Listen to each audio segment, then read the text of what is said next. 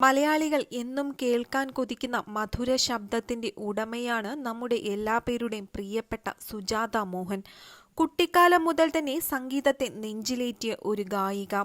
1963 March 31 doctor വിജയേന്ദ്രന്റെയും ലക്ഷ്മിയുടെയും മകളായാണ് സുജാതയുടെ ജനനം. കൊച്ചിയിലെ ആദ്യ മുഖ്യമന്ത്രിയായ പരൂർ ടി.കെ. നാരായണപിള്ളയുടെ കൊച്ചുമകൾ കൂടിയാണ് സുജാത. സുജാതയുടെ 2ാം വയസ്സിലാണ് അച്ഛൻ വിജയേന്ദ്രൻ മരിക്കുന്നത്. ചെറുപ്പം മുതലേ വിദ്യാഭ്യാസത്തിനൊപ്പം പാട്ടും സുജാത മുൻപോട്ട് കൊണ്ടുപോയിരുന്നു. സെന്റ് തെരേസാസ് കോളേജ് എറണാകുളത്ത് നിന്നും എക്കണോമിക്സിൽ ബിരുദവും നേടിയിരുന്നു. എന്നാൽ ഇതിനൊക്കെ മുൻപേ തന്നെ സംഗീത ലോകത്തേക്ക് താരം ചുവടുവയ്പ് നടത്തിയിരുന്നു. 8ാം ക്ലാസ്സിൽ പഠിക്കുമ്പോൾ തന്നെ കലാഭവനിൽ ചേർന്നിരുന്നു. ഇത് തന്നെയാണ് ജീവിതത്തിലെ പ്രധാന വഴിത്തിരിവായി മാറിയതും. കലാഭവൻ സ്ഥാപകൻ ആബേലച്ചൻ രചിച്ച് പുറത്തിറക്കിയ ക്രിസ്തീയ ഭക്തി ഗാനങ്ങളാണ് സുജാത ആദ്യമായി പാടുന്നത്. ആ മധുര ശബ്ദം ചെറുപ്രായത്തിലെ തന്നെ മലയാളികളുടെയൊക്കെ ഹരമായി മാറുകയായിരുന്നു. പിന്നീട് 10ാം വയസ്സിൽ സുജാത ശാസ്ത്രീയ സംഗീതം അഭ്യസിച്ചു തുടങ്ങി.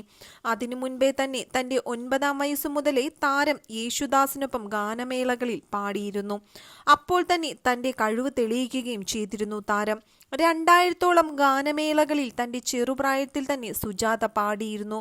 കൊച്ചുവാനമ്പാടി എന്നാണ് സുജാതയെ ചെറുപ്രായത്തിൽ അറിയപ്പെട്ടിരുന്നത്.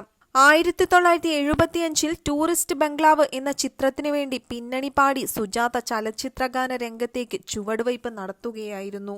ONV കുറിപ്പെഴുതി M.K. അർജുനൻ മാസ്റ്റർ ഈണമിട്ട കണ്ണെഴുതി പൊട്ടുംതൊട്ട് എന്ന ഗാനമാണ് സുജാത ആദ്യമായി പാടിയ സിനിമാ ഗാനം. പിന്നീട് 1977 തമിഴിൽ കാതലോവിയം കണ്ടേൻ എന്ന ഗാനം പാടിയെങ്കിലും ആ ഗാനം സിനിമയിൽ ഉണ്ടായിരുന്നില്ല. പിന്നീട് 1977 തന്നെ ഗായത്രി എന്ന ചിത്രത്തിനു വേണ്ടി പാടിയ ഗാനമാണ് ഇളയരാജയുടെ വരികളുള്ള ഗാനമാണ് ആദ്യമായി തമിഴിൽ റിലീസാകുന്നതും. ആ സമയത്ത് ഇളയരാജയുടെ മറ്റു ചില പാട്ടുകളും പാടാൻ സുജാതയ്ക്ക് അവസരം ലഭിച്ചു. ഇതിനിടയിൽ 1981 മെയ് 9 സുജാത ഡോക്ടർ വി കൃഷ്ണമോഹനെ വിവാഹം കഴിക്കുന്നത്. നേരത്തെ തന്നെ കൃഷ്ണമോഹന് സുജാതയെ ഇഷ്ടമായിരുന്നു. എന്നാൽ ഈ ബന്ധത്തെ പ്രണയമൊന്നൊന്നും പറയാൻ പറ്റില്ലെങ്കിലും വർഷങ്ങൾക്ക് ശേഷം ഇരുവരും വിവാഹം കഴിക്കുകയായിരുന്നു. അതിനുശേഷം സുജാത കുറച്ചുനാൾ പിന്നണിഗാന രംഗത്ത് നിന്നും ഇടവേള എടുത്തിരുന്നു. പിന്നീട് 1988 കടത്തനാടൻ അമ്പാടി എന്ന ചിത്രത്തിലും ചിത്രം എന്ന ഹിറ്റ് ചിത്രത്തിലും ഗായികയായി ശക്തമായി തിരിച്ചുവരവ് നടത്തിയിരുന്നു. പിന്നീട് AR റഹ്മാനാണ് സുജാതയ്ക്ക് തമിഴിലേക്ക് കൂടുതൽ അവസരങ്ങൾ നേടിക്കൊടുത്തതും. റോജ എന്ന ചിത്രത്തിലെ പുതുവെള്ളൈമഴ എന്ന ഗാനം വമ്പൻ ഹിറ്റായി മാറുകയായിരുന്നു. പിന്നീട് ഹിന്ദിയിലേക്കും സുജാതയ്ക്ക് അവസരം ലഭിച്ചു. അതിന് വഴിയൊരുക്കിയതും AR റഹ്മാൻ തന്നെയായിരുന്നു. സുജാതയുടെ അതേ വഴിയിൽ തന്നെയാണ് മകൾ ശ്വേത മോഹനും. ശ്വേതയ്ക്ക് മുൻപ് സുജാത ഒരിക്കൽ ഗർഭിണിയായിരുന്നു. എന്നാൽ അത് അബോർഷനായി പോകുകയായിരുന്നു. ആ സമയത്ത് സുജാത ഡിപ്രഷൻ എന്ന അവസ്ഥയിലേക്ക് പോകുകയും ചെയ്തിരുന്നു.